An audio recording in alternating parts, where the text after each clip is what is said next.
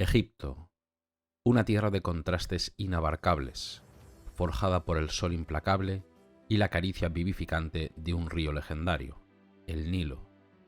Durante milenios, sus aguas han sido testigo del ascenso y caída de dioses y faraones, de la construcción de monumentos que desafían al tiempo y del latido de una civilización que asombró al mundo antiguo. Imaginémonos sobrevolar este reino en el siglo I antes de nuestra era. Abajo, un inmenso desierto de arena y piedra, pero rasgándolo, como una vena de vida, el Nilo caudaloso. En sus márgenes, un oasis verde y fértil, la Tierra Negra, regalo anual del río que, con sus crecidas, deposita el limo prodigioso que alimenta cosechas abundantes. Más allá, donde el agua no llega, comienza la Tierra Roja, el yermo estéril. En su desembocadura, un delta como la pata de un ave gigante, un vergel de canales, palmeras y pueblos blancos. Y allí, asomada al Mediterráneo, una joya cosmopolita, crisol de culturas y faro del saber, Alejandría. 3000 años antes de la era que nos ocupa, pequeñas comunidades neolíticas florecieron allí, unificándose eventualmente bajo el primer faraón, Menes, fundador de una estirpe que gobernaría por incontables generaciones. Construyeron las pirámides, colosos de piedra que aún hoy nos dejan sin aliento, y tumbas subterráneas en el Valle de los Reyes, además de templos cuya magnificencia hablaba del poder divino de sus monarcas. Expandieron sus dominios en busca de cobre y oro, tocaron las costas de Fenicia por sus maderas preciosas y llegaron incluso hasta la India. Fue una historia de grandeza imperial, pero también de debilidad, de invasiones de hicsos, asirios, persas y una larga crónica donde la gloria y la decadencia se entrelazaron como las aguas del propio Nilo. Pero en el siglo I a.C., los señores de Egipto ya no eran descendientes directos de aquellos faraones legendarios.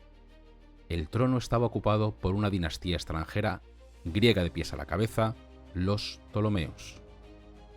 Llevaban 3 siglos en el poder, desde que el más brillante general de la historia, Alejandro Magno, conquistara el imperio persa y liberara o sometiera, según se mire, a Egipto. Alejandro, proclamado hijo del dios Amón, fundió Alejandría y soñó con un mundo unido bajo la cultura helénica. A su temprana muerte, sus generales, los diádocos, se repartieron el vasto imperio. El más astuto de ellos, Ptolomeo, eligió Egipto, una tierra rica, defendible, habitada por un pueblo dócil y por lo tanto una joya. Para legitimar su poder, se apropió del cuerpo de Alejandro, enterrándolo con honores en su nueva capital, Alejandría.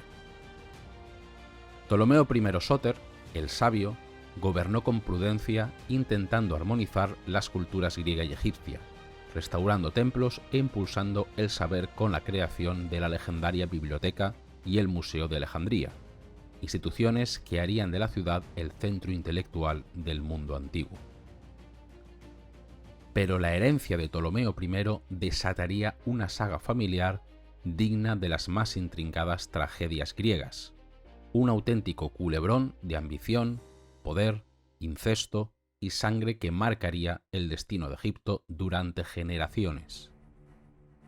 Su hijo, Ptolomeo II Filadelfo, repudió a su esposa para casarse con su propia hermana, Arsinoe II, inaugurando una costumbre dinástica que, aunque común entre los antiguos faraones, resultaría devastadora.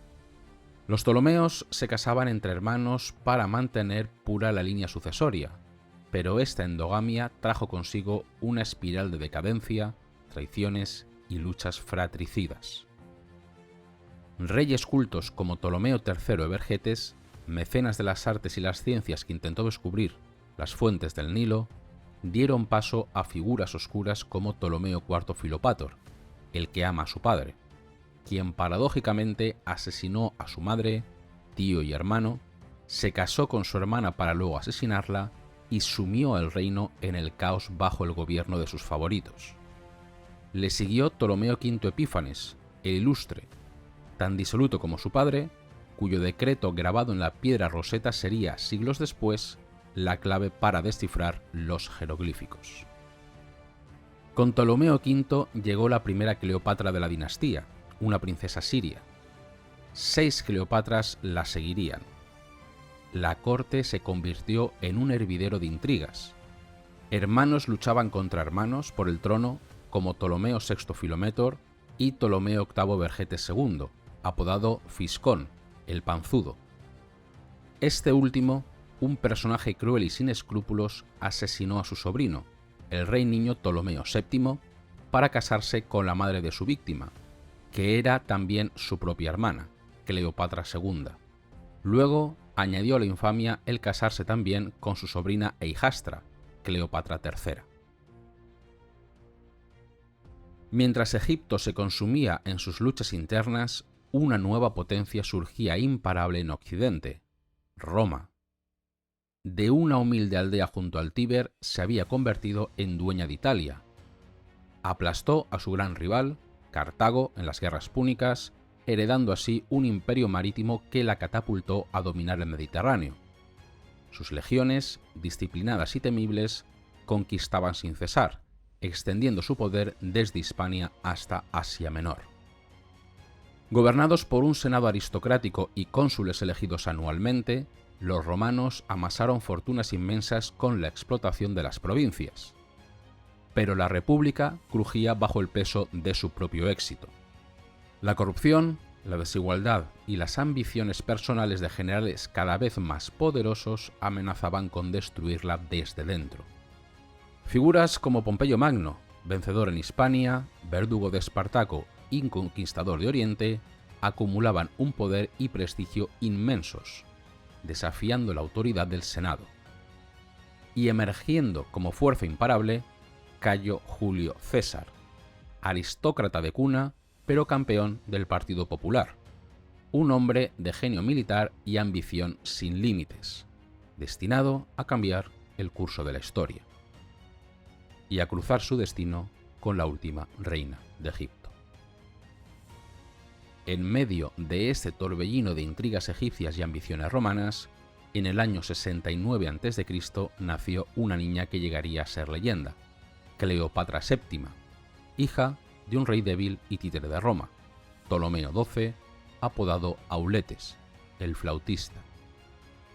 Nadie podía imaginar entonces que aquella princesa estaba destinada a reinar, a seducir a los hombres más poderosos de su tiempo y a luchar con inteligencia y audacia por la supervivencia de su milenario reino frente al coloso romano.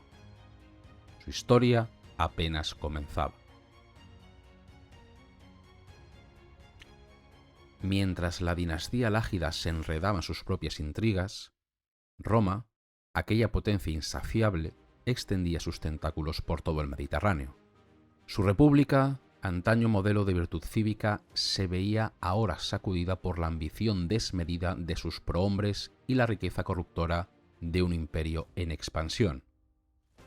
3 hombres dominaban la escena política: Pompeyo Magno, el general laureado por sus conquistas en Oriente; Craso, el hombre más rico de Roma, cuya fortuna procedía de la especulación; y Cayo Julio César, carismático líder del Partido Popular, endeudado, pero con una estrella ascendente. Juntos formaron el primer triunvirato, una alianza precaria para controlar los destinos de Roma. En este tablero de poder, Egipto era una pieza codiciada. Su trono, tras la violenta desaparición de los últimos herederos legítimos directos, había quedado vacante y vulnerable. El último rey incluso había legado el reino a Roma en su testamento. Alarmada, la corte alejandrina se apresuró a buscar un sucesor, eligiendo a un bastardo de la línea real, Ptolomeo XII. Lo llamaron Auletes, el flautista, quizás por su afición al instrumento, o más probablemente por su triste papel de rey títere, cuya corona dependía del capricho de Roma. Ptolomeo XII sabía que su legitimidad era frágil. Roma podía reclamar su herencia en cualquier momento. Craso propuso abiertamente anexionar Egipto como provincia romana, con César como gobernador. El Senado, temeroso del creciente poder de César, se opuso. El flautista, desesperado por congraciarse con Roma, no escatimó en sobornos, enviando tropas para ayudar a Pompeyo en Judea y prometiendo sumas astronómicas a los triunviros. Para ello, exprimió a su pueblo con impuestos intolerables. El malestar crecía en Egipto.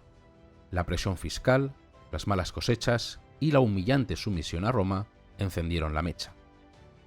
Cuando Roma arrebató Chipre al hermano de Ptolomeo, quien acabó suicidándose, la situación se volvió insostenible. Temiendo por su corona y su vida, el flautista huyó a Roma en el año 58 a.C., buscando refugio y ayuda militar bajo el ala del triunvirato. Dejaba atrás a su esposa y a su hija mayor, Berenice IV, como regentes.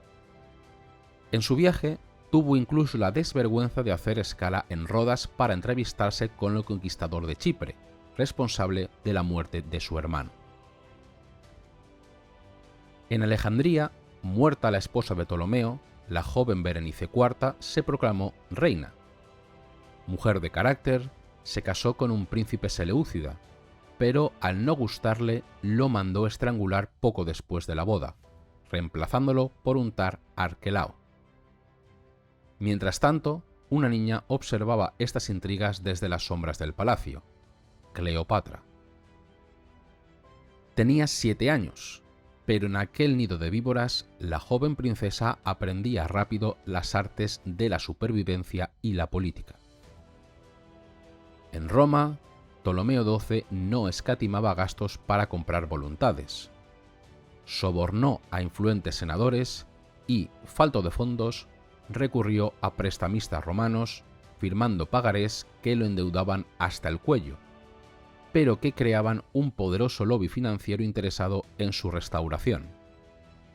Cuando una delegación de nobles alejandrinos llegó a Roma para contrarrestar sus maniobras, Ptolomeo no dudó en enviar asesinos a sueldo que masacraron a muchos de ellos. Finalmente, en el 57 a.C., el Senado aprobó devolverle el trono, pero un presagio divino, interpretado convenientemente por los sacerdotes, desaconsejó el uso de la fuerza militar. La diplomacia no bastaría. Ptolomeo cambió de estrategia. Se dirigió a Siria y tentó al procónsul romano Aulo Gabinio, un general con legiones a su mando, pero arruinado. 10.000 talentos fue el precio prometido. Gabinio, olvidando órdenes senatoriales y augurios, invadió Egipto. La resistencia fue mínima. El esposo de Berenice IV murió en una escaramuza. Ptolomeo, el flautista, recuperó así su trono y, como primera medida, hizo ejecutar a su propia hija usurpadora, Berenice. En aquella expedición romana destacó un joven oficial de caballería de 27 años, impetuoso y carismático, Marco Antonio. Su camino volvería a cruzarse de forma decisiva con el de Egipto y su futura reina. Ptolomeo XII reinó unos pocos años más siempre bajo la sombra de Roma y la carga de sus deudas. Nombró ministro de Hacienda al banquero romano Rabirio Póstumo, su principal acreedor. La presión fiscal volvió a ser insoportable, provocando nuevas revueltas. Poco antes de morir, en el año 51 a.C., el flautista proclamó corregentes a sus hijos mayores, Cleopatra, que contaba con 18 años, y Ptolomeo XIII, un niño de apenas 10 años de edad. El testamento real designaba a Roma como garante de su cumplimiento. El poder efectivo, sin embargo, quedó en manos de un triunvirato de consejeros: el eunuco Potino, ministro de Hacienda, el retórico Teodoro, tutor del joven rey, y Aquilas, jefe del ejército. Pero Cleopatra no era una figura fácil de manejar. A pesar de su juventud, daba muestras de una inteligencia aguda y una voluntad firme. Quizás ya albergaba la visión de un Egipto fuerte e independiente. Se mostró leal a los compromisos con Roma, arrestando a legionarios amotinados, una decisión que no agradó a sus ministros. Estos preferían un rey niño manipulable y conspiraron para destronarla. En el año 48 a.C., Cleopatra, temiendo por su vida, huyó del palacio. Se dirigió a Siria, dispuesta a reclutar un ejército para reclamar lo que consideraba suyo por derecho. Tenía 21 años y el exilio era solo el preludio de su entrada definitiva en la gran escena de la historia. Mientras Cleopatra preparaba su regreso, Roma ardía en la guerra civil. El triunvirato se había roto. Craso había muerto en Oriente a manos de los partos, quienes según la leyenda le hicieron beber oro fundido. La rivalidad entre César y Pompeyo estalló inevitablemente. Desafiando al Senado, César cruzó el río Rubicón al frente de sus legiones, pronunciando la inmortal frase «Alea jacta es», la suerte está echada. Italia cayó rápidamente en sus manos. La batalla decisiva se libró en Farsalia. Pompeyo, el gran general, fue derrotado. El vencido Pompeyo buscó refugio en Egipto. ¿Acaso no le debían los Ptolomeos el trono a él, protector del flautista? Necesitaba dinero y tropas para intentar la revancha contra César. Zarpó hacia Alejandría, pero su llegada no pudo ser más inoportuna. El rey niño Ptolomeo XIII y sus consejeros, Potino, Aquilas y Teodoro, se encontraban en Pelusio, en la frontera oriental, esperando el ataque inminente del ejército que Cleopatra había reunido en Siria. El Consejo Real se reunió. ¿Qué hacer con Pompeyo? Ayudarlo era arriesgarse a la ira de César si éste vencía finalmente. Negar la ayuda era incurrir en la ira de Pompeyo si lograba recuperarse. Fue Teodoro, el sofista, quien propuso la solución más cínica y brutal. Un muerto no muerde. Matar a Pompeyo aseguraría su favor ante César. Con falsas promesas de hospitalidad, atrajeron a Pompeyo a una pequeñita barca. A bordo iban Aquilas y Lucio Septimio, un antiguo oficial del propio Pompeyo. Al llegar a la orilla, mientras el general se disponía a desembarcar, Septimio lo apuñaló por la espalda. Aquilas y otros lo remataron. Su cabeza fue cortada y su anillo arrancado. Desde la galera, su esposa Cornelia lanzó un grito desgarrador antes de huir a mar abierto. Un fiel liberto incineró el cuerpo decapitado en una pira improvisada en la playa. El hombre que había dominado Oriente y rivalizado con César moría asesinado miserablemente en la arena egipcia.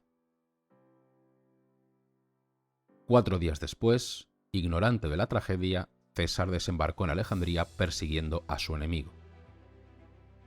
En lugar de Pompeyo, le esperaba Teodoto, sonriente, ofreciéndole en una bandeja la cabeza sangrante de su rival.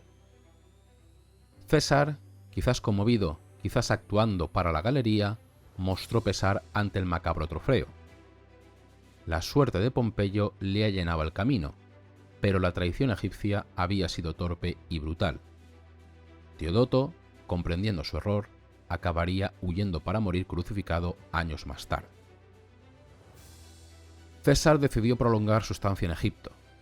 Necesitaba dinero para sus campañas y pretendía cobrar la antigua deuda que el padre de Cleopatra había contraído con él. Pero sobre todo veía la oportunidad de asentar la influencia romana y quizás reconciliar a los hermanos enfrentados, Cleopatra y Ptolomeo XIII, para asegurarse el control del rico granero del Nilo. Se instaló en el Palacio Real de Alejandría y convocó al joven rey, jugando fuerte con las pocas tropas que tenía. La partida por Egipto estaba a punto de comenzar, y una jugadora inesperada y audaz se preparaba para hacer su movimiento maestro.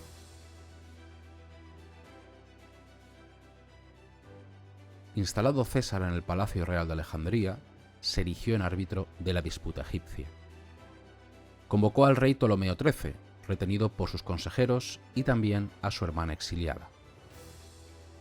Pero el astuto eunuco Potino, temiendo perder el control sobre el rey niño, le acompañó a la entrevista con César, dejando al general Aquilas al mando del ejército en Pelusio. Potino no contaba con que César retendría a Ptolomeo en el palacio, en una hospitalidad que más parecía un arresto domiciliario. El escenario estaba listo para un golpe de audacia. La leyenda, tejida por la falsificación y la propaganda romana, nos cuenta una entrada espectacular. Cleopatra, para burlar la vigilancia de sus enemigos y llegar hasta el hombre que podría devolverle el trono, se habría hecho introducir furtivamente en el palacio. Oculta, dicen, en un saco de dormir, o más célebremente, enrollada dentro de una alfombra que su fiel sirviente Apolodoro cargó sobre sus hombros hasta depositarla a los pies del general romano. Al desenrollarse, apareció ella, joven, de 22 años, quizá no una belleza clásica según los cánones estrictos, pero dueña de un encanto irresistible, una inteligencia vivaz y una conversación que cautivaba. Fue realmente así. Los historiadores romanos, a menudo hostiles, quisieron pintarlo como una mujer descarada, dispuesta a usar su cuerpo para alcanzar sus fines. Quizás la realidad fue más prosaica. Una audiencia concertada, una negociación política. Pero fuera como fuese, el encuentro fue decisivo. Aquella noche, César, el conquistador cincuentón, el mujeriego incorregible, quedó prendado de la joven reina egipcia. Cleopatra, por su parte, vio en él no solo a un amante poderoso, sino el instrumento para recuperar su reino y quizás forjar un futuro grandioso para Egipto. La partida, de momento, la ganaba ella sobre su hermano y el intrigante Potino. Potino, alarmado por la influencia de Cleopatra sobre César y las exigencias económicas del romano, decidió jugar su última carta. Decidió simplemente eliminarlo. Dio orden a Aquilas de marchar sobre Alejandría con el ejército egipcio, 20.000 infantes y 2.000 jinetes a los que se sumaría la hostil población de la ciudad. César se vio atrapado.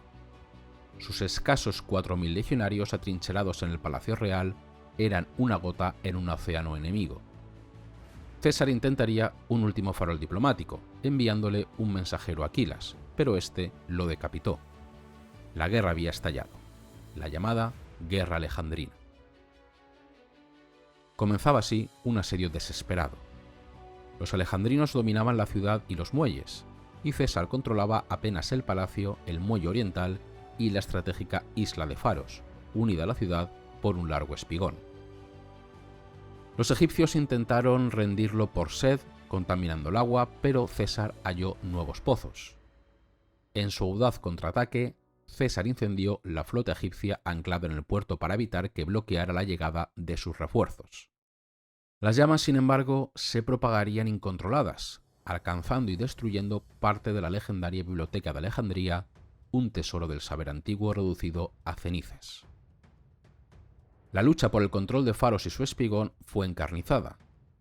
César intentó conquistar la isla, pero un contraataque egipcio le puso en grave peligro.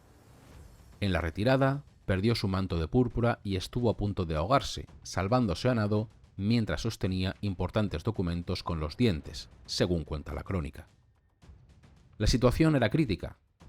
Para colmo, Arsinoe, la hermana menor de Cleopatra, escapó del palacio y se unió a los sitiadores, proclamándose reina y añadiendo más leña al fuego de la división interna egipcia. César finalmente ejecutó al intrigante Potino y se propuso a resistir esperando los refuerzos solicitados a Mitrídates de Pérgamo. Meses de angustia y combates callejeros pasaron. Finalmente, en marzo del año 47 a.C., las velas de los barcos de Mitrídates aparecieron en el horizonte. Simultáneamente, César tomó una decisión desconcertante. Liberó al joven Ptolomeo XIII, permitiéndole reunirse con sus partidarios. Era una jugada maestra. Su regreso al campamento egipcio, donde su hermana Arsinoe también reclamaba el poder, sembraría la discordia y debilitaría al enemigo. La estrategia funcionó. Mientras las facciones egipcias se dividían, Mitrídates avanzaba desde Pelusio, derrotando a las fuerzas que salían a su encuentro. César, en una rápida maniobra naval y terrestre, burló la vigilancia enemiga y unió sus tropas a las de Mitrídates al norte de Menfis. El enfrentamiento final tuvo lugar a las orillas del Nilo. El ejército egipcio, desmoralizado y mal dirigido, fue aplastado por las tropas romanas. En la confusión de la derrota, el joven rey Ptolomeo XIII intentó huir en una barca, pero esta zozobró y el rey niño, lastrado por su armadura de oro, se ahogó en las aguas del río que sus antepasados habían gobernado. El 27 de marzo del 47 a.C., César entró triunfante en Alejandría. La guerra había terminado. Tenía Egipto a sus pies, podía anexionarlo y convertirlo en provincia romana. El destino de Cleopatra y de su reino pendía de su voluntad. Pero César, quizá por amor, quizás por cálculo político para no alarmar al Senado romano, o quizás por ambas cosas, decidió mantener la relativa independencia de Egipto. Entronizó a Cleopatra, la mujer que lo había cautivado y cuya causa había abrazado, y nombró corregente a su otro hermano, el pequeño Ptolomeo XIV, un niño de apenas 11 años.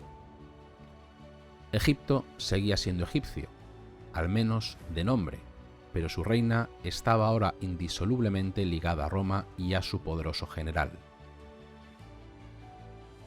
La guerra había acabado, pero César permaneció en Egipto 2 meses y medio más, retenido quizá por los encantos de Cleopatra, ocupado en asegurar el cobro de la deuda tolemaica y reorganizar el país a su conveniencia. Los historiadores antiguos nos hablan de un idílico crucero por el Nilo, un viaje de placer Nilo arriba para conocer las maravillas faraónicas, acompañado por una flota de 400 barcos. Una pausa romántica antes de volver a la cruda realidad de las guerras y la política. En aquellos meses, la relación entre el general romano y la reina egipcia se consolidó. Cleopatra quedaría embarazada. Un niño que nacería poco después de la partida de César y al que llamarían Ptolomeo Cesarión, el pequeño César. Las esperanzas de Cleopatra se depositaban en él. Mientras tanto, César, reclamado por nuevas rebeliones en Asia Menor, partió de Egipto, dejando atrás a su amante embarazada y un reino rendido a sus pies, pero cuya compleja relación con Roma estaba lejos de haber terminado. Mientras Cleopatra consolidaba su poder en Egipto y cuidaba del pequeño Cesarión, Julio César regresaba a Roma no solo como general victorioso, sino como el hombre más poderoso del mundo conocido. Pero su dominio no era absoluto. Los rescoldos del partido pompeyano aún ardían en África y en Hispania. Con la energía que lo caracterizaba, César se lanzó a extirparlos. Cruzó África, derrotó a las fuerzas republicanas en Tapso, donde los líderes vencidos, como Catón, prefirieron el suicidio antes que la rendición. Luego marchó a Hispania, donde los hijos de Pompeyo habían reunido un último y formidable ejército. La batalla decisiva tuvo lugar en Munda. Fue una lucha sangrienta, quizás la más dura de la carrera de César, pero al final sus veteranas legiones se impusieron. El último foco de resistencia republicana organizada había sido aplastado. En otoño del año 46 a.C., con Roma rendida a sus pies, César reclamó la presencia de Cleopatra. La reina de Egipto llegó a la capital del mundo acompañada de su hijo Cesarión y de su hermano esposo, el adolescente Ptolomeo XIV. No se alojó en el corazón de la ciudad, sino en una lujosa villa propiedad de César, rodeada de jardines, al otro lado del río Tíber. Una ubicación discreta, quizás para no ofender las sensibilidades romanas ni a Calpurnia, la esposa legítima de César. La llegada de Cleopatra coincidió con la celebración de los grandiosos triunfos de César, 4 desfiles espectaculares en días sucesivos para conmemorar sus victorias en la Galia, Egipto, Asia Menor y en África. Roma nunca había visto tal derroche de exotismo y poder. Elefantes, jirafas, tesoros incalculables y prisioneros ilustres desfilaban por la vía sacra. En el triunfo egipcio figuró Arsinoe, la hermana rebelde de Cleopatra, cargada completamente con cadenas. Pero César, en un gesto de clemencia o cálculo, le perdonó finalmente la vida. el gran ausente en las celebraciones fue cualquier mención a las victorias sobre otros romanos. La guerra civil era una herida que César prefería no hurgar en público. César era ahora el dueño indiscutible de Roma. Acumularía títulos y honores sin precedentes: dictador perpetuo, imperator o padre de la patria. Su estatua se erigió junto a la de Rómulo, el fundador mítico de la ciudad. Incluso se le concedió tener su propio colegio sacerdotal. Aunque la palabra rey seguía siendo tabú, sus gestos apuntaban inequívocamente hacia la monarquía. En el templo que dedicó a Venus Genitrix, su supuesta antepasada divina, colocó una estatua dorada de Cleopatra representada como Isis. El mensaje era claro: él, descendiente de Venus; ella, encarnación de Isis, ambos seres divinos destinados a unirse y a regir el mundo. Mientras César transformaba Roma con ambiciosas reformas, Cleopatra vivía en su retiro dorado. ¿Cómo fueron aquellos casi 2 años en Roma? Las fuentes apenas nos hablan de ella. Imaginamos sus horas divididas entre los asuntos de Egipto, la crianza de Cesarión y la compleja relación con César. Quizás paseaba por los jardines junto al Tíber, soñando con un futuro en que su hijo heredaría Roma y Egipto unidos. Pero la concentración de poder en manos de César y sus evidentes aspiraciones monárquicas generaban un profundo resentimiento. Republicanos idealistas, nostálgicos de las viejas libertades o de los viejos privilegios aristocráticos, según se mire, y senadores que habían sido perdonados por César pero no habían olvidado la humillación de la derrota, comenzaron a conspirar. Entre ellos destacaba Cayo Casio y, sobre todo, Marco Junio Bruto, un hombre atormentado descendiente de los legendarios fundadores de la República y del hombre que expulsó al último rey de Roma. César apreciaba realmente a Bruto. Incluso se rumoreaba que podía ser su hijo ilegítimo, fruto de una antigua relación con Servilia, la madre de Bruto. La conspiración creció en secreto, alimentada por el temor a que César se coronase rey tras su proyectada campaña contra los partos. El ambiente de Roma se cargó de presagios funestos: extraños prodigios, sueños inquietantes, advertencias de adivinos. El arúspide Espurnina advirtió a César que se guardara de los idus de marzo. Llegó el fatídico día, 15 de marzo del año 44 a.C. César, a pesar de las advertencias, de los malos sueños de Calpurnia y de su propio malestar, acudió a la reunión del Senado, irónicamente convencido por el propio Bruto. De camino recibió una nota que denunciaba la conjura con nombres y detalles, pero no llegó a leerla. Al entrar en la curia, los conspiradores lo rodearon con el pretexto de una petición. Era la señal. Casio fue el primero en atacar, seguido por los demás. Fueron en total 23 puñaladas. El hombre que había conquistado las Galias, doblegado Egipto y desafiado el destino, yacía muerto en el suelo del Senado. Los conspiradores, con las dagas ensangrentadas, salieron a proclamar la restauración de la libertad. Pero en lugar de júbilo, encontraron una ciudad sumida en el pánico y la incertidumbre. Marco Antonio, el leal lugarteniente de César, temiendo por su vida, huyó disfrazado. El magnicidio, lejos de restaurar la República, abría las puertas a una nueva y aún más sangrienta guerra civil. Para Cleopatra, en su villa junto al Tíber, la muerte de César significaba no solo la pérdida de su protector y amante, sino el derrumbe de todos sus planes y el comienzo de una era de incertidumbre aterradora para ella, para su hijo y para su reino. El futuro volvía a ser una página en blanco manchada de sangre. El asesinato de César sumió a Roma en el caos. Los conspiradores, liderados por Bruto y Casio, ocuparon el Capitolio proclamando la restauración de la República, pero el pueblo atemorizado y expectante no los aclamó. En la villa junto al Tíber, la noticia cayó como un rayo sobre Cleopatra. Su protector había muerto sus planes de una dinastía romano-egipcia se hacían añicos.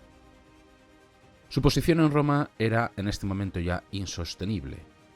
Recogió a su hijo Cesarión y tan pronto como le fue posible emprendió el viaje de regreso a la incierta seguridad de Alejandría. Egipto volvía a ser un reino vulnerable, hipotecado a una Roma ahora sin un líder claro. De vuelta a su intrigante corte, Cleopatra actuó con rapidez para consolidar su poder. Su joven hermano y corregente, Ptolomeo XIV, desapareció pronto de los registros oficiales, probablemente eliminado para evitar futuras disputas por el trono. En su lugar, Cleopatra elevó a la corregencia a su propio hijo, Ptolomeo XV Cesarión, el hijo de César, que apenas contaba con 4 años. Un gesto sin duda audaz que reafirmaba sus pretensiones dinásticas en un mundo convulso. En Roma, la lucha por la herencia de César no se hizo esperar. Marco Antonio, el leal general y colega consular del dictador, superó su desconcierto inicial. Se hizo con los papeles privados de César y, crucialmente, con los fondos del Estado. Con audacia y carisma se presentó ante el pueblo y las legiones como el sucesor natural de César, leyendo su testamento que legaba parte de su fortuna a cada ciudadano romano y nombraba heredero principal a alguien inesperado. No era Antonio el heredero designado, sino un joven de apenas 19 años, sobrino nieto de César, llamado Cayo Octavio. Se encontraba estudiando en Apolonia cuando le llegó la noticia. Enfermizo y sin experiencia militar, pocos en Roma lo conocían. Pero Octavio, a pesar de su juventud, poseía una inteligencia fría, una voluntad de hierro y una profunda comprensión del juego político romano. Desembarcó en Italia y marchó rápidamente a Roma, no como un joven asustado, sino como el heredero legítimo de César, adoptando su nombre también, Cayo Julio César Octaviano. Antonio recibió al joven heredero con condescendencia, pero pronto descubrió su determinación. Octaviano reclamó la fortuna legada por César, que Antonio retenía, y no dudó en vender sus propios bienes para cumplir las promesas de César al pueblo, ganándose así su favor. La rivalidad entre el veterano general y el astuto joven era más que palpable. Antonio, apoyado por las legiones, parecía tener la fuerza. Octaviano, con el nombre de César y una creciente popularidad, tenía la legitimidad y una habilidad política sorprendente. Mientras tanto, los asesinos de César, Bruto y Casio, habían huido a Oriente, donde reunían un ejército para defender la causa republicana. La confrontación iba a ser inevitable, pero primero los herederos de César debían cerrar filas. Antonio maniobraba para asegurarse el control militar de Italia, mientras Octaviano tejía alianzas en el Senado. La lógica se impondrá temporalmente. En el año 43 a.C., Antonio, Octaviano y Mario Emilio Lépido, otro general cesariano, dejaron de lado sus diferencias y formaron el segundo triunvirato. Una dictadura de 3 cabezas, aprobada formalmente por el Senado, pero impuesta por la fuerza de las legiones, para poder vengar así a César y restaurar el orden. Se repartiría en el mundo romano. Antonio se quedó el rico Oriente, Octavio con el complicado Occidente, incluyendo la lucha contra los piratas de Sexto Pompeyo, hijo del gran rival de César, y Lépido recibiría la zona de África. Su primer acto conjunto fue aterrador: las proscripciones. Desataron una caza brutal de sus enemigos políticos y personales. Listas de condenados a muerte fueron publicadas por todo el territorio romano. 300 senadores y 2000 ciudadanos ricos e influyentes fueron asesinados y sus propiedades confiscadas. Entre las víctimas se contó el más grande orador de Roma, Cicerón, enemigo acérrimo de Antonio. Su cabeza y manos fueron expuestas en el foro, y la leyenda negra cuenta que Fulvia, la implacable esposa de Antonio, atravesó con una aguja la lengua que tanto había fustigado a su marido. Asegurado el control de Roma mediante el terror, los triunviros se prepararon para el enfrentamiento final con los republicanos en Oriente. Para Cleopatra, observando desde Alejandría, la situación era compleja. En su momento había apostado por César y ahora sus herederos se habían unido, pero ¿cuánto duraría esa alianza? ¿A quién apoyar?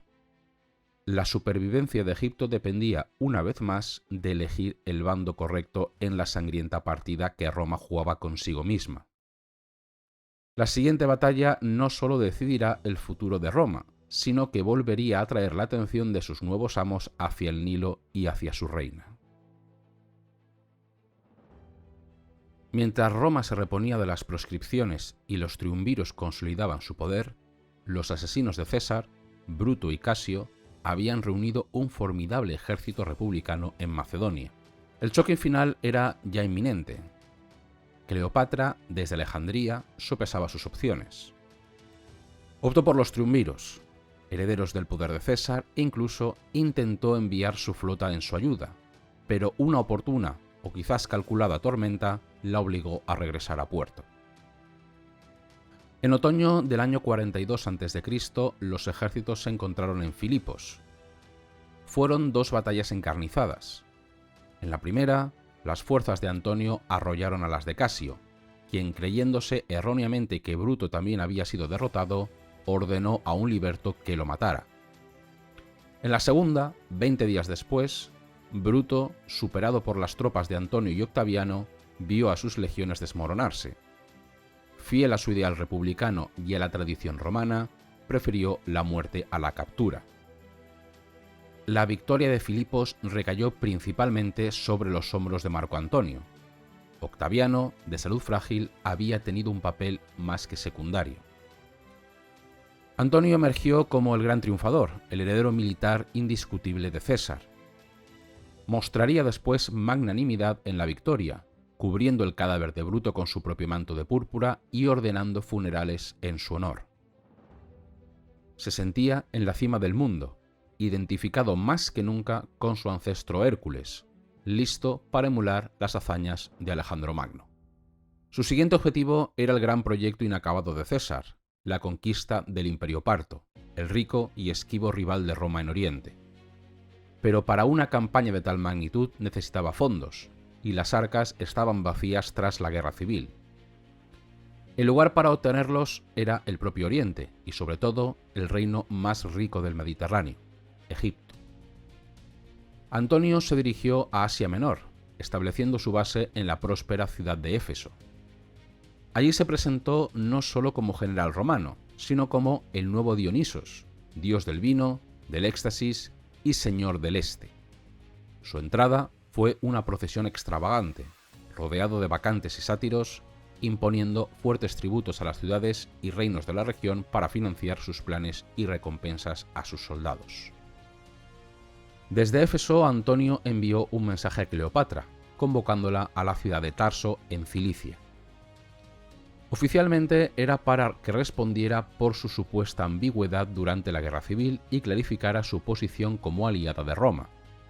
Extraoficialmente, Antonio necesitaba desesperadamente el oro y los recursos de Egipto. Cleopatra sabía que la convocatoria era una demostración de poder, pero también una gran oportunidad para ella. No acudiría de inmediato. La reina se tomó su tiempo, preparando una entrada que dejaría al romano boquiabierto y cambiaría la dinámica de poder entre ellos. Su llegada a la ciudad de Tarso fue una obra maestra de escenografía y simbolismo. La reina remontó el río Citno no en un simple barco, sino en una galera espectacular con una popa de oro, velas de púrpura henchidas por el viento y remos de plata moviéndose al compás de flautas y cítaras. Ella iba sentada bajo un dosel dorado ataviada como la diosa Venus, o Afrodita, rodeada de jóvenes que parecían amores y doncellas vestidas de nereidas y gracias. Exquisitos perfumes embalsamaban las orillas, atrayendo a multitudes que abandonaron la ciudad para contemplar el espectáculo. Antonio, que la esperaba en el tribunal de la plaza, se quedó solo. El mensaje era poderoso y muy claro. Venus llegaba para festejar con Baco, Isis acudía al encuentro de Osiris. Cleopatra no se presentaba como una reina vasalla convocada por su señor, sino como una diosa que acudía al encuentro de un dios, en igualdad de condiciones. La reina de Egipto, con 29 años, en la plenitud de su inteligencia y encanto, había tomado la iniciativa. Había convertido una citación potencialmente humillante en una deslumbrante demostración de poder y sofisticación, dejando claro que la relación entre Egipto y el nuevo dueño de Oriente romano se negociaría con sus propios términos. La primera jugada en Tarso, por tanto, era suya. La deslumbrante llegada de Cleopatra a Tarso fue solo el preludio. Durante días, la reina de Egipto agasajó a Antonio y a su séquito con banquetes de un lujo y refinamiento inauditos. Cada noche superaba a la anterior en esplendor, culminando con regalos extravagantes para los invitados, como la vajilla utilizada o incluso caballos etíopes. Antonio, el rudo soldado romano, quizás algo tosco según sus detractores, quedó fascinado no solo por la riqueza, sino por la inteligencia, el ingenio y la cultura de Cleopatra. Hablaba múltiples idiomas, incluido el egipcio, algo que ningún Ptolomeo anterior se había molestado en aprender, y sabía adaptarse a cualquier conversación, desde los asuntos de estado más serios hasta las bromas más ligeras. Los historiadores romanos, sirviendo a la propaganda de Octavio, nos pintan a una Cleopatra calculadora y seductora, una geisa experimentada que embruja al simple militarote romano. Pero la realidad era más compleja. Antonio necesitaba desesperadamente los recursos de Egipto para su soñada campaña contra los partos. Cleopatra necesitaba la protección y el poder de Antonio para asegurar su trono y el futuro de su hijo Cesarión. Su encuentro fue una negociación al más alto nivel, envuelta en seda y oro. Bajo la superficie de fiestas y galanteo se selló una alianza política con consecuencias mortales. Cleopatra exigiría y obtuvo la cabeza de su principal rival dinástica, su hermana Arsinoe, exiliada en el santuario de Artemisa en Éfeso. Antonio, demostrando hasta dónde llegaba su compromiso, ordenó su ejecución, violando la sagrada inmunidad del templo. La suerte estaba echada. Antonio había elegido bando, y Cleopatra se aseguraba de eliminar cualquier amenaza interna. Cautivado, enamorado, o simplemente consciente de dónde residía ahora el poder financiero y estratégico que necesitaba, Antonio pospuso sus planes militares inmediatos. En lugar de organizar la campaña parta desde Asia Menor, decidió seguir a Cleopatra hacia Egipto. En otoño del año 41 a.C., Marco Antonio llegó a Alejandría para pasar el invierno junto a la reina de Egipto. Aquel invierno en Alejandría se convirtió, en la pluma de los cronistas romanos, en el símbolo de la corrupción de Antonio. Lo describen abandonándose a una vida de placeres disolutos en la pervertida corte egipcia, olvidando así los deberes como romano. Se dice que fundaron un club exclusivo llamado la Sociedad de los Vividores Inimitables, dedicado a banquetes extravagantes y diversiones continuas. Plutarco incluso cuenta anécdotas, probablemente muy exageradas o directamente inventadas, para ilustrar la supuesta decadencia de Antonio y el dominio de Cleopatra. Por ejemplo, como la vez que Antonio hizo trampas en la pesca y Cleopatra lo humilló haciéndole pescar una mojama, o la famosa historia de la perla disuelta en vinagre, símbolo del derroche desmedido de la reina. Lo describen adoptando vestimentas griegas, participando en juegos y chanzas nocturnas por las calles de Alejandría disfrazado junto a Cleopatra, o incluso perdiendo la dignidad y la disciplina romanas. Pero, ¿era Alejandría realmente la ciudad corrupta que pintaba Roma? ¿O era una metrópoli vibrante, culta y laboriosa, cuyo refinamiento contrastaba con la más austera Roma? ¿Era realmente Antonio un simple títere embrujado, o un político adaptándose a un nuevo entorno y forjando una alianza estratégica en un ambiente de lujo oriental? Más allá de la leyenda, lo cierto es que Antonio y Cleopatra pasaron juntos aquel invierno. Compartieron el poder, la estrategia y, sin duda, el lecho. Se forjaría un vínculo poderoso, una mezcla de atracción personal y ambición compartida. Antonio parecía haber encontrado en Oriente no solo recursos, sino quizás un nuevo hogar, un nuevo modelo de realeza helenística más acorde con sus sueños imperiales que la rígida República Romana. Pero Roma no olvida, y los hilos de la política pronto tirarían de él, arrancándolo de los placeres alejandrinos para devolverlo a la cruda realidad de las luchas por el poder. La Dolce Vita alejandrina, aquella burbuja de placer y política oriental en la que Antonio parecía inmerso, estalló con la llegada de pésimas noticias desde Roma. Su ambiciosa y temperamental esposa, Fulvia, y su hermano Lucio Antonio habían desafiado abiertamente a Octaviano, iniciando una guerra civil en plena Italia. El conflicto, conocido como la Guerra de Perusia, había terminado en desastre para los partidarios de Antonio. Lucio se había rendido y Fulvia había tenido que huir. El delicado equilibrio del triunvirato se tambaleaba peligrosamente, y Octaviano emergía fortalecido, controlando ahora también las Galias. Antonio no podía ignorar el desafío. Debía regresar a Occidente para defender su posición. Dejaría atrás Alejandría, los banquetes de los vividores inimitables y sobre todo dejó atrás a Cleopatra, que para entonces esperaba gemelos suyos. Navegó hacia Grecia, donde se reunió con la derrotada y abatida Fulvia. El reencuentro sería breve. Poco después, agotada por el esfuerzo y la desilusión, Fulvia murió. Antonio quedaba viudo, pero libre para una alianza que se había vuelto políticamente incómoda. Antonio prosiguió hacia Italia y desembarcó en Brindisi, dispuesto a enfrentarse a Octaviano. La situación era explosiva. Una nueva guerra civil entre los herederos de César parecía ya inevitable. Los ejércitos se miraban con recelo. Pero los propios soldados, cansados de luchar contra otros romanos, y los políticos más sensatos intervinieron para forzar una reconciliación. En otoño del año 40 a.C., en Brindisi, los dos rivales sellaron un nuevo pacto. Se repartieron de nuevo el mundo romano, reafirmando el dominio de Antonio en Oriente y el de Octaviano en Occidente. Y para cimentar esta frágil paz, se acordó un matrimonio dinástico. Antonio, ahora viudo, se casaría con Octavia, la hermana de Octaviano. Octavia, recientemente enviudada también, era una mujer admirada en Roma por su belleza, virtud e inteligencia, el epítome de la matrona romana ideal.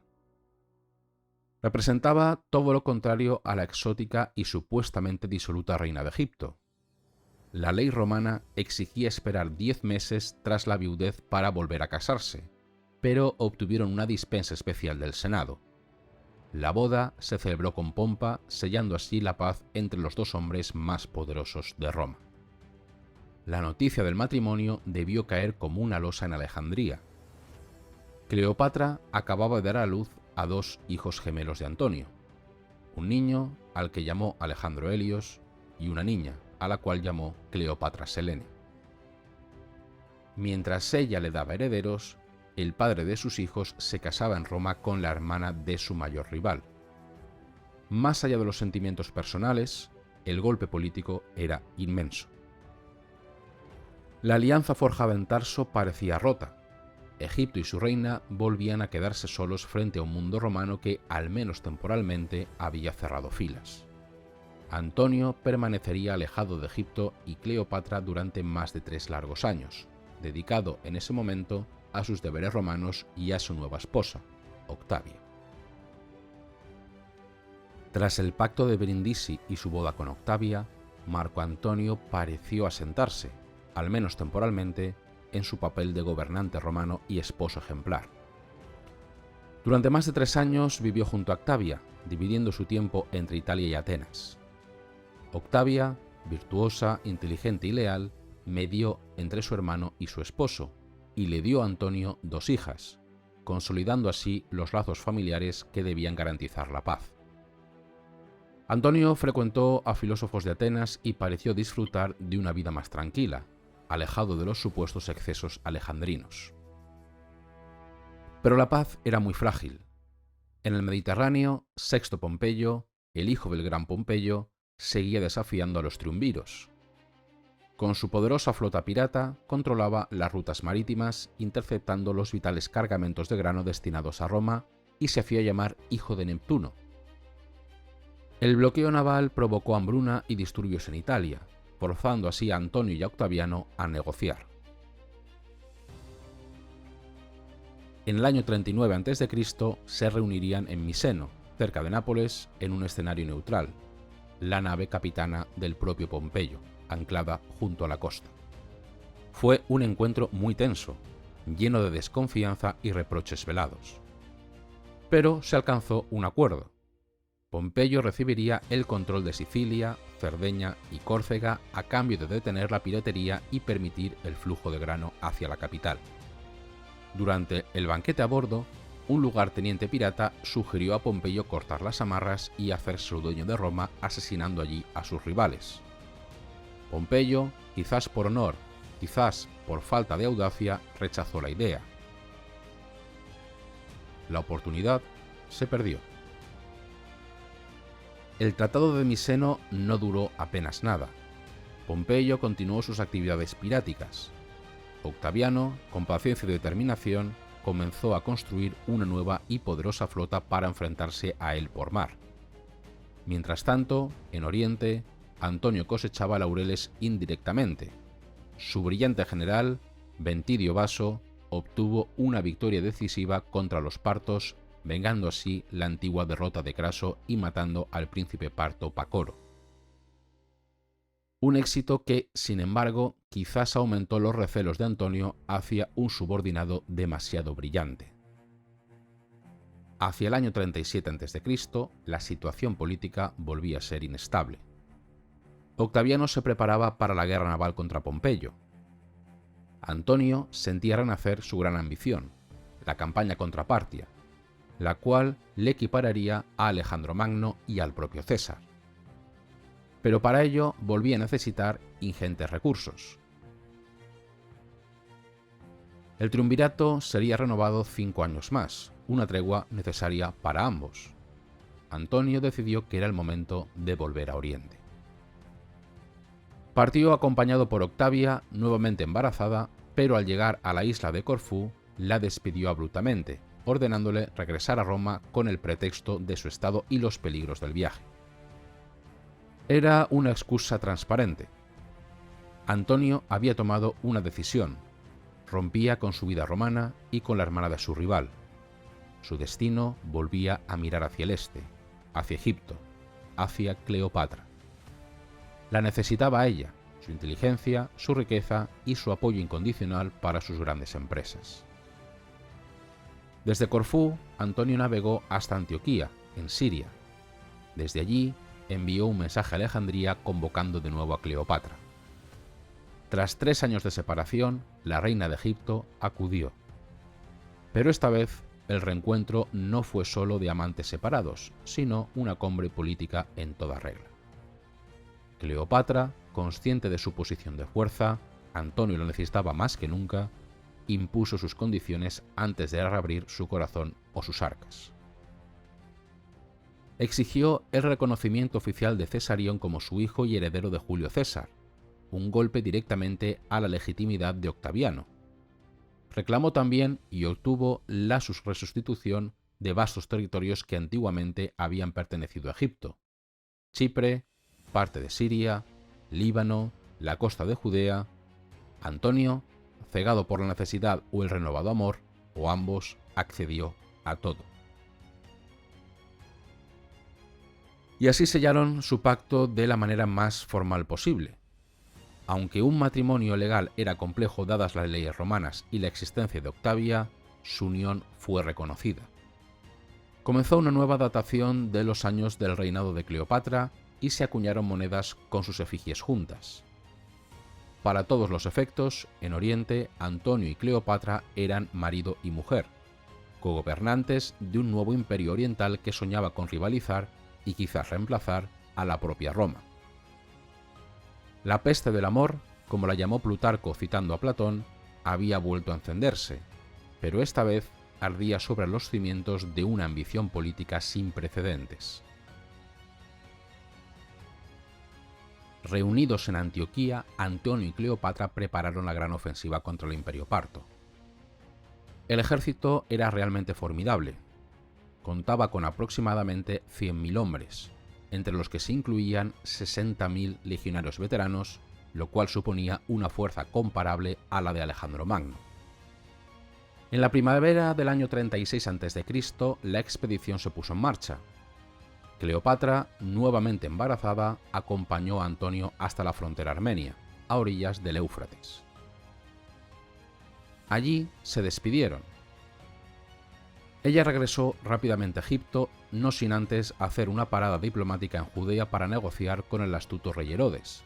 Mientras tanto, Antonio se adentraba en territorio enemigo. Poco después, en Alejandría, Cleopatra daría luz a su cuarto hijo, Ptolomeo Filadelfo. Los partos eran un enemigo temible y poco convencional para las legiones romanas. Jinetes expertos y arqueros mortíferos, su táctica consistía en hostigar al enemigo con lluvias de flechas disparadas desde caballos veloces, incluso durante retiradas fingidas, para así luego desaparecer y poder reagruparse. Habían infligido derrotas humillantes a Roma en el pasado, como la sufrida por Craso. Antonio, ansioso por una victoria rápida y decisiva, cometió errores cruciales. Su objetivo era Praaspa, la capital meda, donde esperaba capturar al rey parto Fraates IV. Pero los partos y sus aliados medos no estaban ociosos. Mientras Antonio avanzaba, cayeron sobre la columna que transportaba las máquinas de guerra, seguramente por una traición del rey armenio. Sin arietes ni catapultas, el asedio de Praaspa se convirtió en una misión imposible. Antonio se vio atrapado en territorio enemigo, con el invierno acercándose. Intentó negociar con Fraates, pidiendo la devolución de las águilas legionarias perdidas por Craso, pero el rey parto, conocedor de la desesperada situación romana, se burló de sus demandas. El hambre y el desánimo cundieron en el campamento romano. Antonio tuvo que recurrir a la terrible medida de diezmar algunas unidades para mantener la disciplina. La retirada fue una verdadera pesadilla. Durante casi un mes, el ejército romano marchó a través de montañas nevadas, continuamente hostigado por la caballería parta. Sufrieron bajas terribles, por combate, frío y enfermedades. Antonio perdería 24.000 hombres, una cuarta parte de su ejército.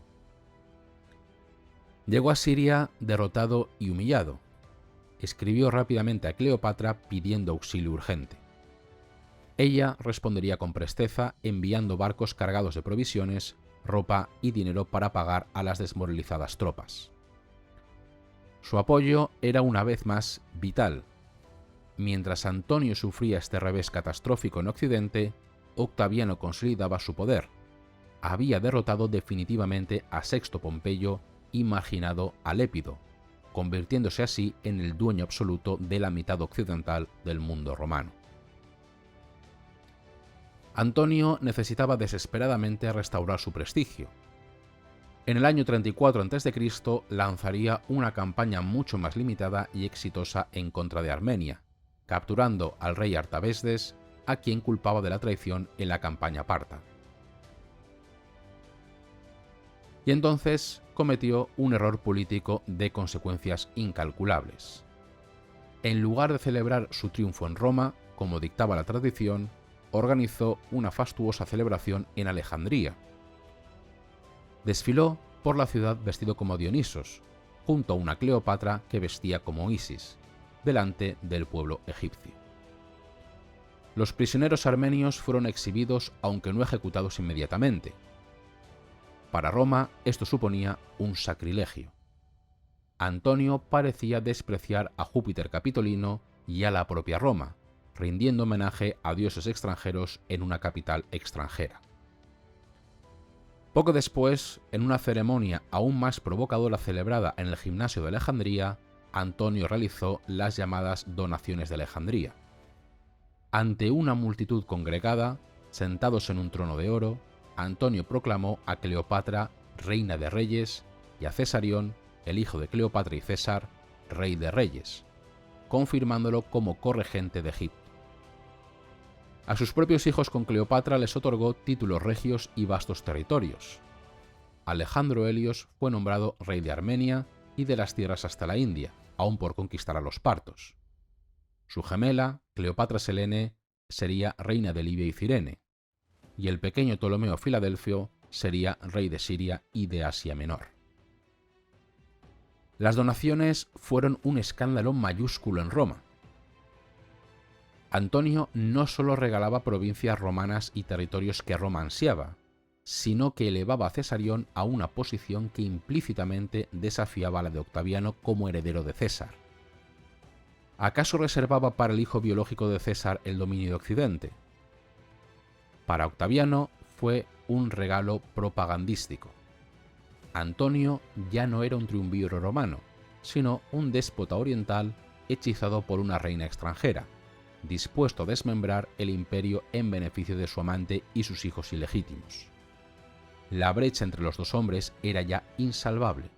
La guerra total se acercaba inexorablemente. Las donaciones de Alejandría serían la chispa que encendería en el conflicto. En Roma, Octaviano desató una feroz campaña de propaganda. Antonio ya no era presentado como un rival romano, sino como un traidor subyugado por la hechicera egipcia, la reina extranjera que pretendía dominar Roma a través de un general debilitado y corrupto. Se difundieron historias, reales o inventadas, sobre la vida disoluta de Antonio en Alejandría, su supuesta sumisión a Cleopatra, llegando incluso a masajearle los pies en público o vistiendo ropas exóticas, actos considerados indignos para un romano. La misoginia y el chauvinismo romanos fueron hábilmente explotados. La guerra que se avecinaba no era una guerra civil, sino una defensa de Roma contra las amenazas orientales encarnadas por Cleopatra. Incluso en el propio campamento de Antonio, en Éfeso, crecía el malestar entre los senadores y oficiales romanos que lo habían seguido. La presencia constante y la evidente influencia de Cleopatra en los asuntos militares y políticos eran inaceptables para muchos. Personajes influyentes como Domicio Nobarbo rogaron a Antonio que enviara a Cleopatra de vuelta a Egipto y dirigiera él mismo la guerra como un romano, pero Antonio se negó. La reina no era solo su amante, era su principal aliada y financiera. Su presencia era políticamente indispensable para él, aunque militarmente incómoda para sus seguidores romanos. La tensión y las dudas provocaron deserciones clave. Lucio Planco y Tito Ticio, hombres de confianza de Antonio y conocedores de sus planes, se pasaron al bando de Octaviano, llevándose consigo información valiosa y un golpe de efecto devastador: el contenido del testamento de Antonio. Octaviano, en un acto ilegal pero políticamente brillante, se apoderó del documento depositado bajo la custodia de las vírgenes vestales y lo leyó públicamente ante el Senado. El testamento confirmaba los peores temores de los romanos. Ratificaba las donaciones de Alejandría, reconocía a Cesarión como hijo legítimo de César y, lo más insultante, pedía que su propio cuerpo fuera enterrado en Alejandría junto a Cleopatra, no en Roma. La indignación fue general. Antonio había renegado de Roma. Con la opinión pública a su favor, Octaviano dio el paso final. El Senado despojó a Antonio de sus poderes y declaró formalmente la guerra. Pero astutamente, la declaración no fue contra Antonio, sino contra Cleopatra. Así, Octaviano evitaba la odiosa etiqueta de iniciar una nueva guerra civil y se presentaba como el defensor de Roma frente a una amenaza exterior. La ceremonia fue solemne. En el templo de Belona, la diosa de la guerra, Octaviano, siguiendo un antiguo rito, arrojó una lanza ceremonial en dirección a Egipto. El conflicto era ya oficial. Mientras tanto, Antonio y Cleopatra habían concentrado sus fuerzas en Grecia. Reunieron una flota inmensa, cerca de 500 barcos de guerra, muchos de ellos de tamaño colosal, además de un ejército de más de 100.000 hombres, reforzado por contingentes de reyes aliados de todo Oriente.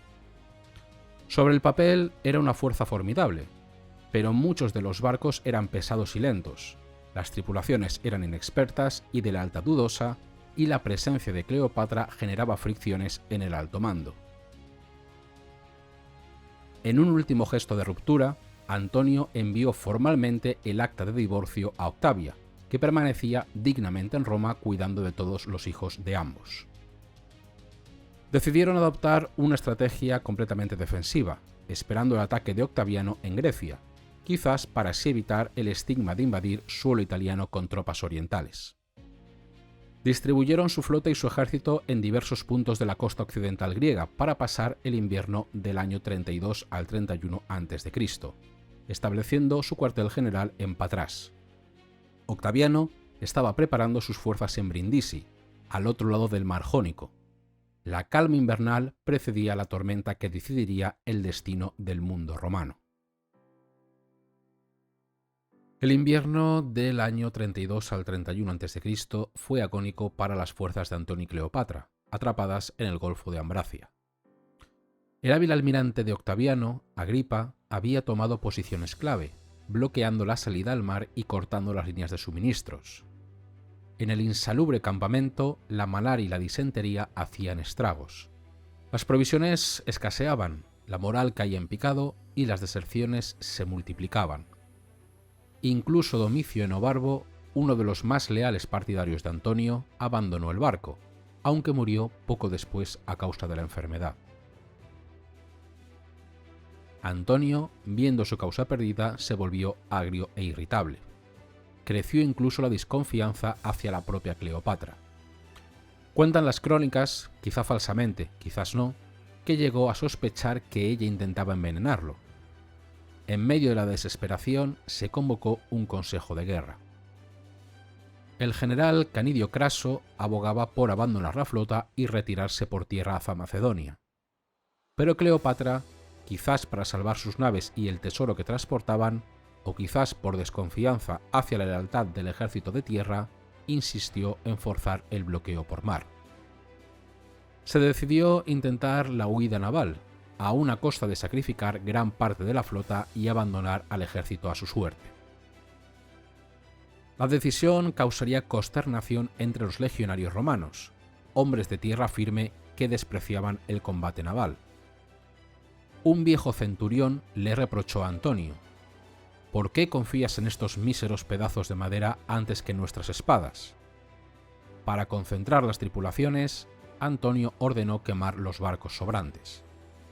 El humo alertó a Octaviano. Se cargaron los tesoros de Egipto en 60 veloces naves de la escuadra de Cleopatra y se prepararon para zaptar con todo el aparejo, como para un largo viaje, no para una batalla. Tras días de espera por el mal tiempo, el 2 de septiembre del año 31 a.C., la flota de Antonio y Cleopatra salió a mar abierto.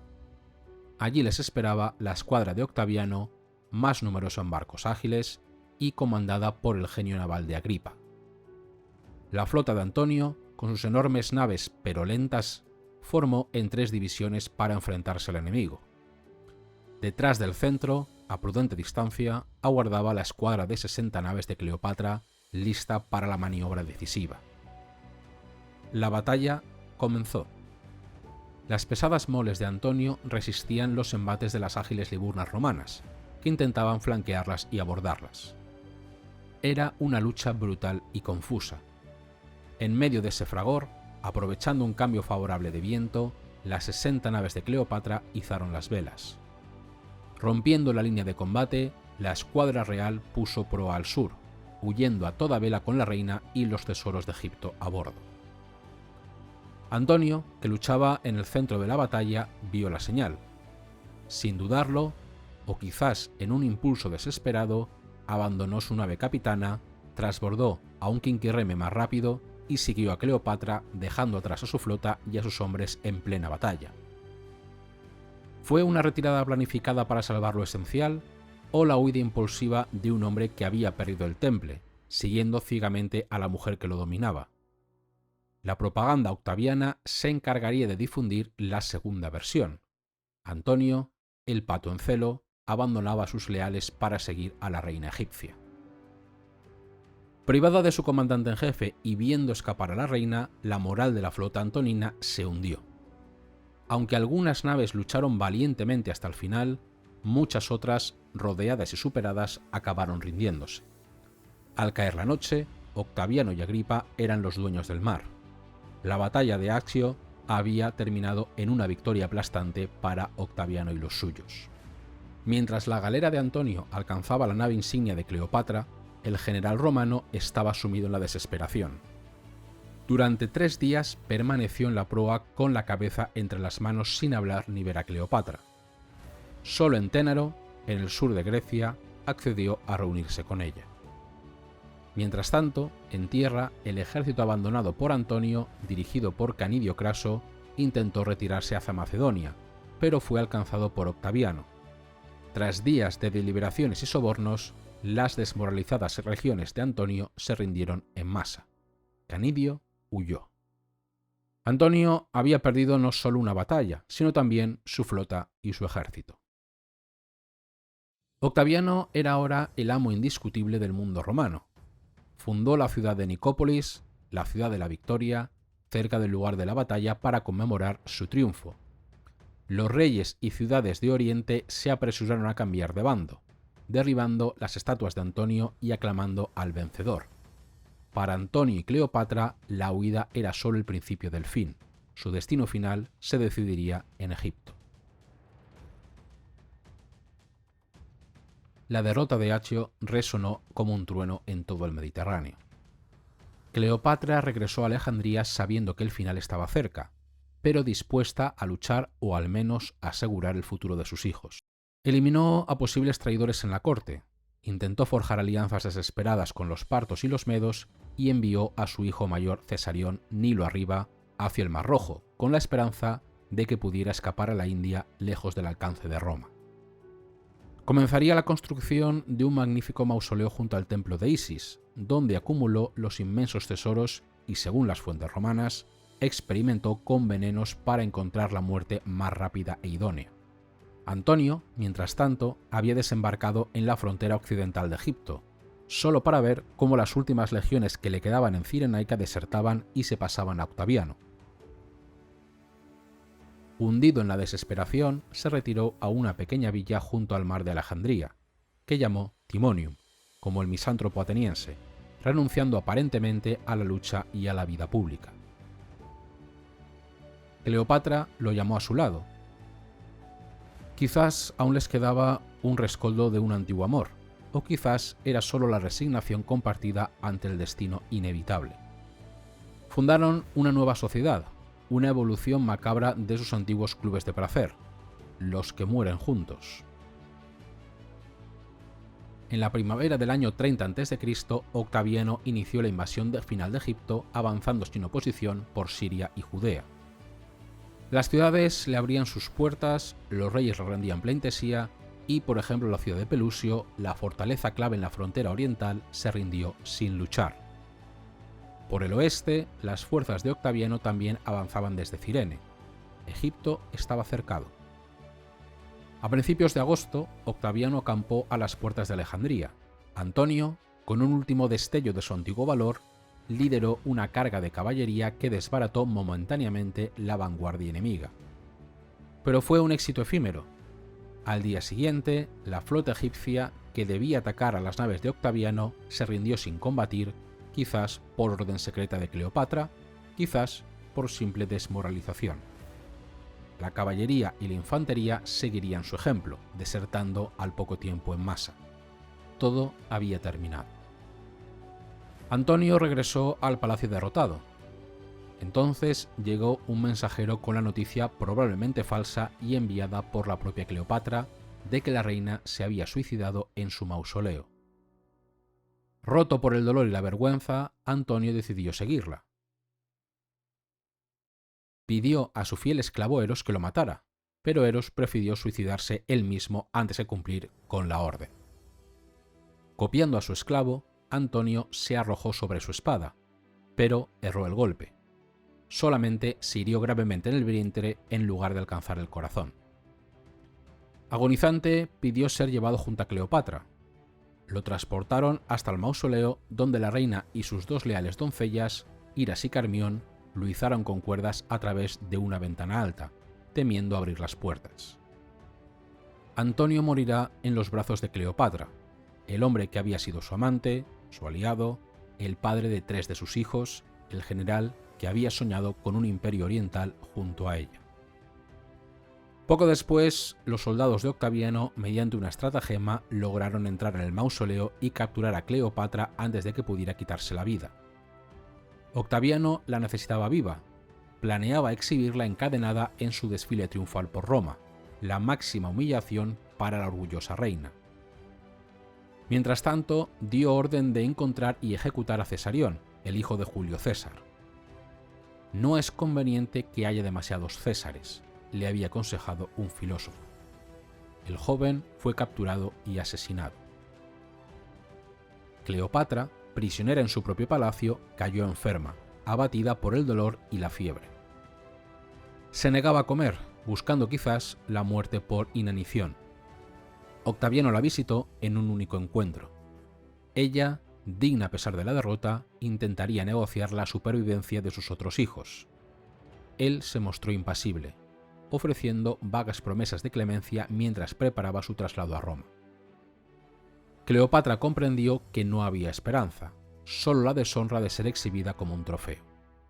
Supo por un oficial compasivo que la partida era inminente. La víspera del viaje pidió permiso para visitar la tumba de Antonio.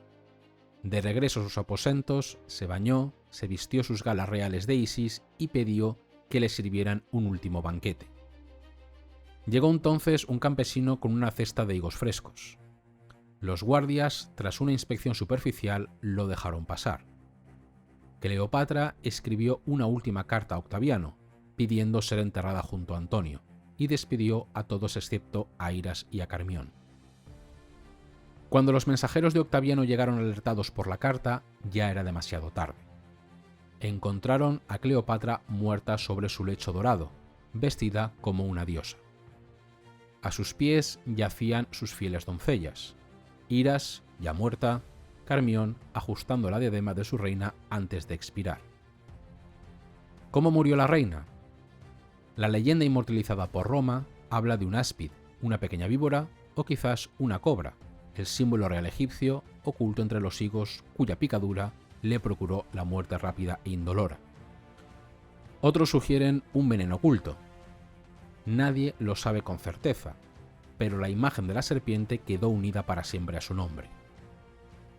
Octaviano, se dice, admiró la grandeza de ánimo de su enemiga, aunque lamentó no poder exhibirla en su triunfo. Ordenó que fuera enterrada con honores reales junto a Antonio. Egipto, la milenaria tierra de los faraones, perdió su independencia para siempre, convirtiéndose en una provincia romana, posesión personal del nuevo amo del mundo. Los hijos de Antonio y Cleopatra fueron llevados a Roma y criados por la generosa Octavia. Cleopatra Selene se casaría más tarde con Juba II, rey de Numidia. Octaviano, ahora llamado Augusto, reinaría durante más de 40 años, inaugurando la paz romana y la era imperial.